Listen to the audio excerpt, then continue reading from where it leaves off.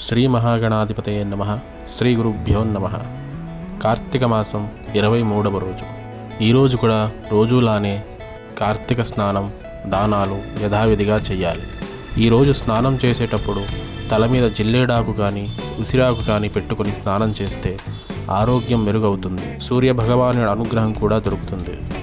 ఈరోజు చామంతి పూలతో లక్ష్మీదేవిని కానీ శివుణ్ణి కానీ పూజిస్తే అనుకున్న పనులు నెరవేరుతాయి, సకల సంపదలు లభిస్తాయి, దారిద్ర్యం తొలగిపోతుంది. చామంతి పూలు దొరకకపోతే ఏవైనా పసుపచ్చని పూలతో పూజించాలి.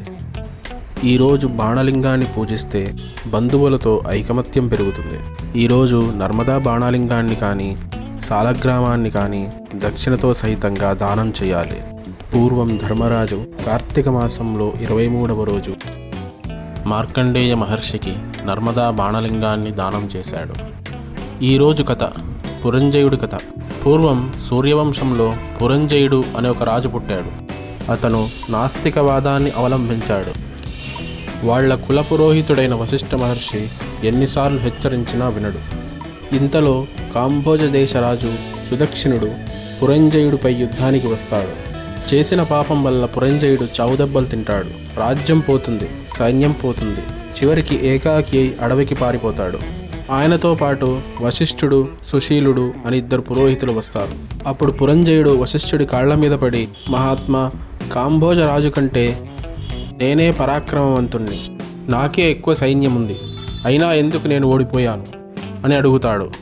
అప్పుడు వశిష్ఠుడిలా అంటాడు, ఇంకా నీకు అర్థం కాలేదా? నువ్వు నాస్తికవాదం చేశావు, దేవుణ్ణి నిందించావు, దుష్ట సావాసం చేశావు, బ్రాహ్మణులను చులకనగా చూశావు, నువ్వు దానం చేయలేదు, ఎవరి చేత చేయించలేదు, నువ్వు పతనం అవ్వడానికి నీ పాపాలే మూల కారణం అని చెప్తాడు. అయితే ఇప్పుడు ఏం చేయమంటారు అని పురంజయుడు అడుగుతాడు. అప్పుడు వశిష్ఠుడు, రానున్నది కార్తీక మాసం. కార్తీక మాసంలో నెల్లాళ్ళు కార్తీక వ్రతాన్ని చెయ్యి, శివాలయంలో దీపాలు వెలిగించు, దీపదానాలు చెయ్యి, కార్తీక స్నానం చెయ్యి, నక్తవ్రతాలు చెయ్యి, దీపదానాలు, స్వయంపాక దానాలు చెయ్యి అని చెప్తాడు. ఇంతలో కార్తీక మాసం వస్తుంది. వశిష్ఠుడు దగ్గరుండి పురంజయుడి చేత కార్తీక వ్రతాన్ని చేయిస్తాడు. ఇంతలో కార్తీక పూర్ణిమ వస్తుంది. ఆ రోజు యథాశక్తిగా శివుణ్ణి, విష్ణువుని అర్చిస్తాడు. తరువాత దీపదానం చేస్తాడు. ఇంతలో అక్కడి ఒక వృద్ధుడు వస్తాడు. ఆ వృద్ధుడు పురంజయుడికి ఒక ధనస్సు ఇస్తాడు. ఇచ్చి, మరికొద్దిసేపట్లో నీ దగ్గరికి కొంత సైన్యం వస్తుంది, వాటితో నువ్వు యుద్ధం చెయ్యి అని చెప్తాడు. ధనుస్సు తీసుకొని పురంజయుడు నమస్కరించే లోపే ఆ వృద్ధుడు అదృశ్యమవుతాడు. అప్పుడు పురంజయుడికి అర్థమవుతుంది, వచ్చినవాడు సాక్షాత్తు విష్ణుమూర్తి అని. వెంటనే కొద్దిపాటి సైన్యంతో కాంభోజ మహారాజు మీద యుద్ధానికి వెళ్తాడు. ఘోర యుద్ధం చేసి విజయం సాధిస్తాడు. తరువాత రాజ్యం వచ్చిందని మళ్ళీ నాస్తికవాదానికి వెళ్లకుండా పురంజయుడు తన జీవితకాలమంతా కార్తీక వ్రతాలు చేశాడు. చివరికి శరీరంతోటే వైకుంఠానికి వెళ్ళాడు.